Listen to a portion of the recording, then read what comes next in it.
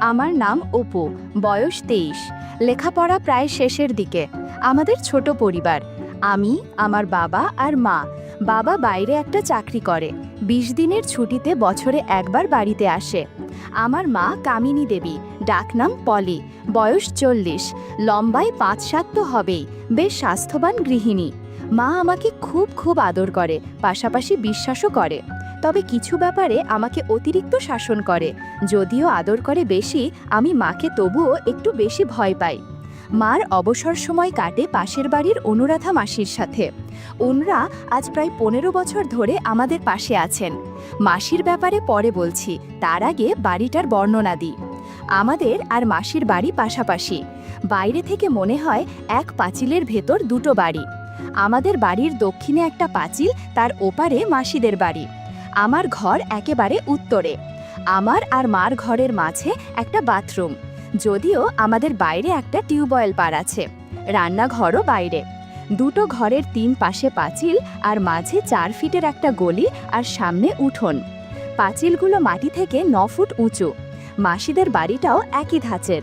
দু বাড়ির মধ্যবর্তী দেয়ালে একটা গেট আছে, যেটা দিয়ে আমরা একে অপরের বাড়িতে যাই। এবার মাসির কথায় আসি। আগেই বলেছি উনার নাম অনুরাধা, মার সমবয়সী। উনার একটাই মেয়ে, যার বিয়ে হলো 1 বছর হলো, আর থাকে চেন্নাইতে স্বামীর সাথে। মেশো থাকে বাইরে, মাসি পুরো একা। সেজন্যই মার সাথে তার জমে ভালো। মাসি আমাকে মার মাথায় আদর করে, তবে আমি কখনোই তাকে মা কিংবা মাসির চোখে দেখিনি। মাসিকে আমি রোজ বিভিন্নভাবে কল্পনা করতাম। মাসিকে দেখলেই আমার মধ্যে অদ্ভুত অনুভূতি হতো। মাসির কিছু জিনিস ছিল আমার সবচেয়ে প্রিয়। উনি বাড়িতে শাড়ি আর ব্লাউজ পরতেন, মাঝে মাঝে হালকা ম্যাক্সি, যা অনেক কিছুর উপস্থিতি জানান দেয়। এমনিতেই আমার মাঝবয়সী নারীদের প্রতি বেশ দুর্বলতা ছিল। তার ওপর মাসির আগোছালো শাড়ি আর ম্যাক্সি আমাকে বেশ অস্বস্তিতে ফেলে দিত। কিন্তু মাসির গলার আওয়াজ শুনলেই আমার মনে কেমন একটা অনুভূতি হতো। পরে ভাবলাম, হয়তো নিজের মা বলে তেমনটা ভাবতে পারি না যেমনটা মাসিকে নিয়ে ভাবি। আমি অনেক দিন ধরে ভাবছিলাম, যদি মাসির সাথে কিছু সময় কাটানো যেত তাহলে অনেক ভালো হতো। সেই সুযোগ একদিন চলেও এলো। গত বছর মার্চের দিকে কলকাতা থেকে খবর এলো আমার মার এক মাস্তুতো দিদির মেয়ের বিয়ে। আমাদেরকে নেমন্তন্ন করা হলো, কিন্তু আমার তখন পরীক্ষা চলছিল, এখনো 2টো পরীক্ষা বাকি। তো ঠিক হলো মা যাবে, আমি থাকব। মাসি মা না আসা পর্যন্ত আমাদের বাড়িতেই থাকবে আমার দেখাশোনার জন্য। মাত্র 3-4 দিনের ব্যাপার। তো মা চলে গেল, আর আমিও তৈরি হতে লাগলাম আমার উঁকি মারার মিশন কমপ্লিট করার জন্য। আমি আমার ডিজিটাল ক্যামেরাটা রেডি রাখলাম। প্রথম 2 দিন পরীক্ষার জন্য এত ব্যস্ত ছিলাম। পরের দিন দুপুরে আমি খেয়ে দিয়ে মাসিকে বাইরে যাবার নাম করে বেরুলাম। মাসি মার ঘরে ছিল। একটু পর আমি আলতো করে গেট খুলে ঢুকলাম। তারপর আমার ঘরের উত্তর পাশের গলি দিয়ে ঢুকে বাড়ির পেছন গলি হয়ে মার ঘরের কাছে গেলাম। মার ঘরে 2টো জানালা, একটা দক্ষিণে আর একটা পশ্চিমে। আমি পশ্চিমের জানালার নিচে বসে আছি। জানালার পাশেই খাট। আমি আস্তে করে উঁকি দিয়ে দেখি মাসি খাটে শুয়ে আছে, পরনে একটা অফ হোয়াইট ম্যাক্সি।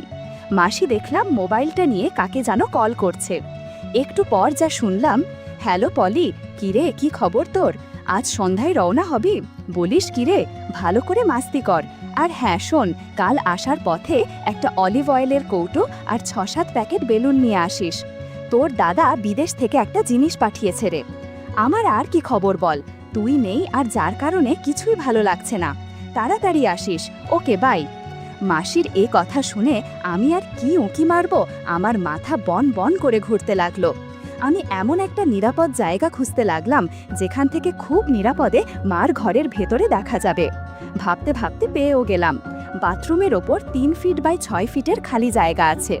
ওখানে উঠে হার্ডবোর্ড টেনে দিলে বাহির থেকে কেউ বুঝতেই পারবে না আমি এর ভেতর আছি। আর ভেন্টিলেটর দিয়ে মার ঘরটাও পুরো দেখতে পারবো। পশ্চিমে আরেকটা ভেন্টিলেটর আছে, যেটা দিয়ে হালকা বাতাস পাওয়া যাবে, তবে গরমে বেশ কষ্ট করতে হবে। তা যাই হোক, অন্তত আসল ঘটনাটা তো জানতে হবে। আমি এবার তৈরি হতে লাগলাম। মা আসুক, তারপর দেখি কি করা যায়। আর যদি বেশি রিস্কি হয় ব্যাপারটা, তাহলে গলির ওখান দিয়ে জানালা দিয়ে দেখতে হবে। আমি প্রস্তুত হতে লাগলাম। মা আগের দিন সন্ধ্যায় রওনা দিলেও পৌঁছালো আজ দুপুরে। বাড়িতে ঢুকে আমাকে দেখে একটা হাসি দিল। তবে সেই হাসি দেখেই বুঝতে পারলাম যে মা অনেক ক্লান্ত। মা তার ঘরে ঢুকলো, আমিও পেছন পেছন গেলাম। মা হ্যান্ডব্যাগটা বিছানায় রেখে চুলের বাঁধন ছাড়তে ছাড়তে আমার টুকটাক খবরাখবর নিল। তারপর আমাকে বলল যে একটু মাসির সাথে দেখা করবে।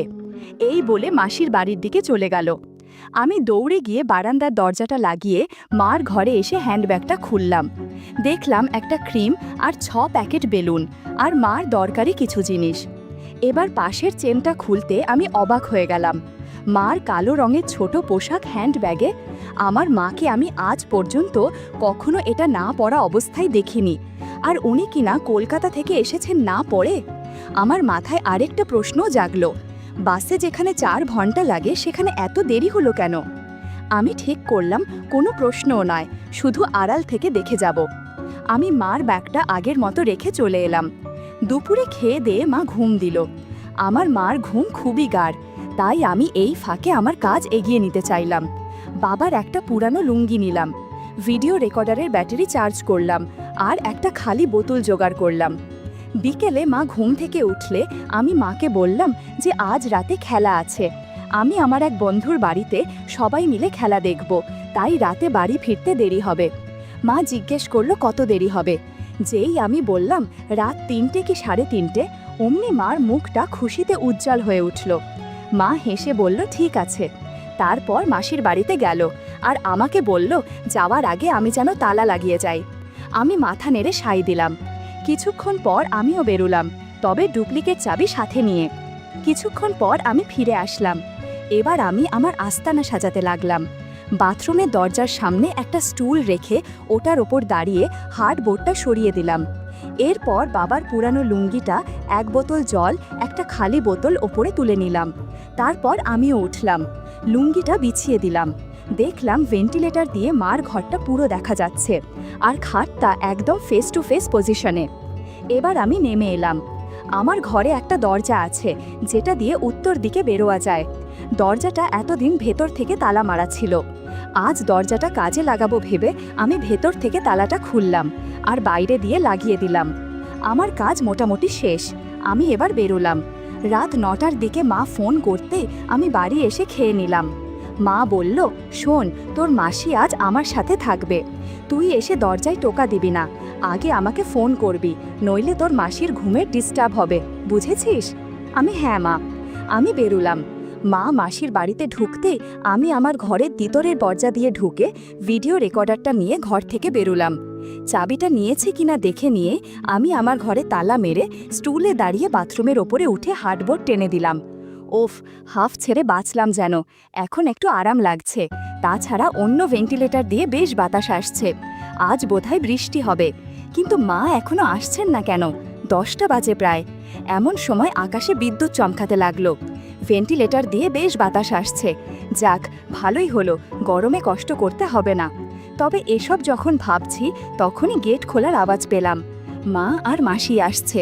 আমার বুক ধরফর করতে লাগলো। ভেন্টিলেটরে চোখ রাখলাম। দরজা খুলে প্রথমে মা, তারপর মাসি ঢুকলো।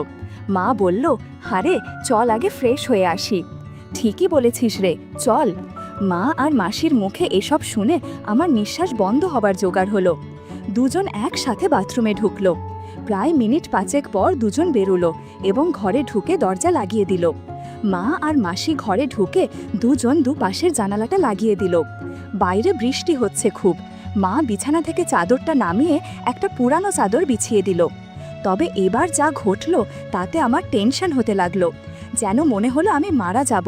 মাসি বিছানায় বসতে যাতে এমন সময় মা বলল, হ্যাঁ রে, দেখ তো বারান্দার গেটে তালা লাগিয়েছি কিনা। মাসি বাইরে গেল। আমার রক্তও চলাচল বেড়ে গেল, কারণ এত দিন যেটার অপেক্ষায় ছিলাম সেটা আজ দেখতে চলেছি। মাসি আবার ফিরে এলো ঘরে। হ্যাঁ রে, লাগানো আছে, এটা বলেই চুড়িটা ছেড়ে দিল। মা এতক্ষণ কি যেন করছিল, পেছন থেকে আমি ঠিক দেখতে পারছিলাম না। এবার ঘুরে দাঁড়াতেই বুঝলাম কপালে বিরাট একটা সিঁদুরির টিপ ও নাকে একটা নাকচাবি লাগিয়েছে। ওটা দেখে মাসি বলল, কিরে, আজ বোধহয় একটু বেশি সেজেছিস, ব্যাপারটা কি শুনি। বিছানায় যা আগে, তারপর বুঝবি ব্যাপারটা কি। আজ অপু বাড়িতে নেই, সবে বাজে 10টা। এখনো হাতে 5.5 ঘন্টা বাকি। এত তাড়া কিসের? আজ বেশ আনন্দ করব, বুঝলি? এরপর মা আর মাসি আপত্তিকর অবস্থায় বসে বলতে শুরু করলো, তবে শোন, তুই তো জানিস আমার যে দিদির মেয়ের বিয়ে হলো, ওনার একটাই ছেলে একটাই মেয়ে। তো মেয়ে এতদিন মুম্বাই ছিল, বিয়ের জন্য কলকাতায় এসেছে, আর ছেলেটা কলকাতায় থাকে। এই ধর অপুর বয়সী, ওনাদের বিরাট বাড়ি, বেশ পয়সাওয়ালা, বুঝলি? আমকে তো বিয়ের অনুষ্ঠানে সব পোশাক ওনারাই দিয়েছেন। এবার আসি আসল ঘটনায়। আমি যেদিন গেলাম তখনও তেমন আত্মীয় এসে পৌঁছায়নি। দিদি তো খুব খুশি, ওর ছেলেটা মানে জয় আমাকে দেখে আরও খুশি। ছেলেটার গড়ন ঠিক আমাদের অপুর মতন। ওখানে থাকতে গিয়ে একটা ব্যাপার খেয়াল করলাম, জয় প্রায় সারাক্ষণ আমার আশেপাশেই ঘুরঘুর করে। আমি অতটা গুরুত্বের সাথে দেখিনি ব্যাপারটা। তো এভাবেই চলছিল। ঠিক ওই দিন সন্ধ্যা হতে অন্য আত্মীয়রা আসতে শুরু করলো। দিদির যা ছিল দুজন, তোকে কি বলবো, দুজনই খুব সুন্দরী। পোশাক আশাক দেখে মনে হয় অন্য রকম মনে হয়। মাসি বলল, কেন রে? মা বলল, আর বলিস নে, শাড়ি ব্লাউজ হালকা পরেছিল। এসেই দেখলাম দুজন জয়কে নিয়ে কোথায় যেন গেল। পরে জানতে পারি জয়ের সাথে ওরা তখন কাজ করছিল। বন্ধুরা, কি কাজ তা তোমরা নিশ্চয়ই বুঝতে পেরেছ। মাসি বলল, কি বলিস তুই? মা বলল, তবে আর বলছি কি, ওটা পরে বলবো, এবার শোন ঘটনা। বিয়ের দিন দিদি আমাকে নিজে সাজিয়ে দেয়। আমি একটা কালো শাড়ি পরি, দিদি আমাকে একটা নোজ রিংও পরিয়ে দিল। পরে দেখলাম বাকি সব মহিলারাও এরকম সাজ সেজেছে, তবে আমি এর আগে এতটা সাজ দিইনি বলেই হয়তো আমার একটু অস্বস্তি লাগছিল। তাছাড়া অনেকেই আমার দিকে আর চোখে দেখছিল, এমনকি মহিলারাও তাকাচ্ছিল। এক সময় আমি মানিয়ে নিলাম। হঠাৎ দিদি এসে বলল, পলি, দেখ তো জয় কোথায়, ওকে পেলে বলবি আমি ডাকছি।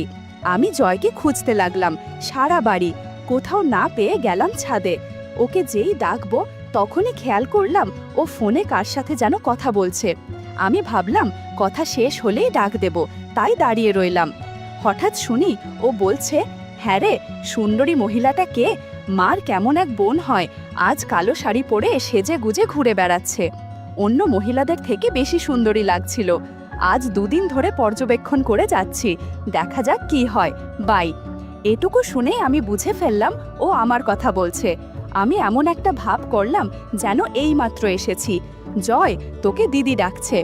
জয় কিছু না বলে আমার দিকে একবার তাকিয়ে চলে গেল। আমি একলা ছাদে দাঁড়িয়ে ওর কথাগুলো ভাবতে লাগলাম। তবে কি আমার সাথে কাজ করতে চায়? পাশাপাশি এও ভাবতে লাগলাম, স্বামী থাকে অনেক দূরে, বছরে কটা দিন সময় দেয়। যা আমার কপালে জোটে তাও সেটা আমার জন্য যথেষ্ট নয়। অনেকেই তো অনেক কিছু করে, তাহলে আমাকে যদি কেউ কাছে চায় তো আমি কেন সাড়া দেব না? এটা চিন্তা করেই আমি সিদ্ধান্ত নিলাম যে জয়কে দিয়ে কাজ করাবো। যেই ভাবা সেই কাজ। সেদিন পুরোটা সময় আমি জয়কে ইশারা দিচ্ছিলাম। পরদিন আমি বাড়ির উদ্দেশ্যে রওনা হব। দিদি কিছুতেই আমাকে একা ছাড়বে না, তাই বলল যে জয় আমার সাথে যাবে। তো এটা শুনে আমি একটু খুশি হলাম। একটা সিল্কের হলুদ শাড়ি পরলাম যাতে জয়কে দেখাতে পারি। আমরা শেষ বিকেলে বের হলাম। বাস স্টপে গিয়ে জয় টিকিট নিল। পরে বাসে উঠে দেখি একদম পেছনের দুজনের একটা সিট। আমি তো বুঝতে পেরেছি। আমি একটা হাসি দিয়ে বললাম, কিরে, বেছে বেছে একেবারে পেছনের সিট নিলি যে? জয় বলল, পেছনে নাকি ঝামেলা কম। আমি একটা হাসি দিয়ে জানালার পাশে বসলাম। আমাদের সামনে একজোড়া বুড়ো মহিলা আর বামে তাদের সাথের বুড়ো লোকটা ছিল। তো বাস ছেড়ে দেওয়ার কিছুক্ষণ পর এপাশের বুড়টা ঘুমিয়ে পড়ল। আমি জানালা দিয়ে বাইরে দেখছিলাম, কিন্তু আর চোখে দেখি জয় আমার দিকে তাকিয়ে আছে। হঠাৎ গাড়িটার গতি কমে আসলো।